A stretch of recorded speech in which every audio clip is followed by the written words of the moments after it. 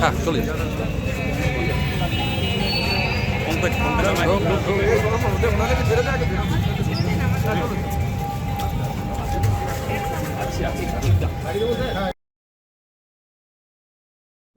পাথর সম্রাট টুলু মণ্ডলের দুটি বিশাল বাড়ির হদিশ মিলল বীরভূমেই।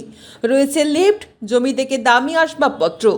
বীরভূমের দাপটি পাথর ব্যবসায়ী টুলু মণ্ডলের শিউরের বাড়িতে বিশাল পুলিশ বাহিনী।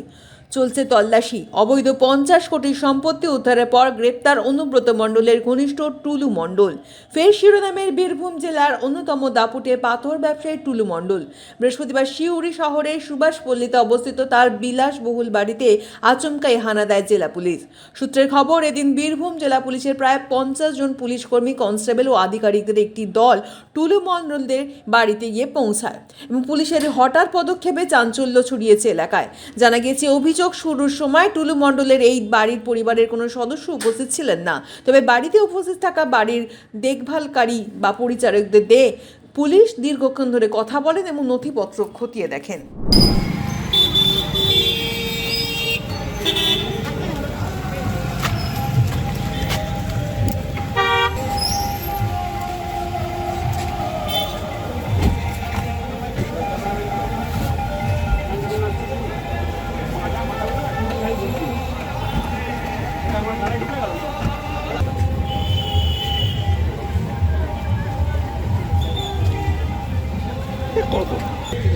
হ্যাঁ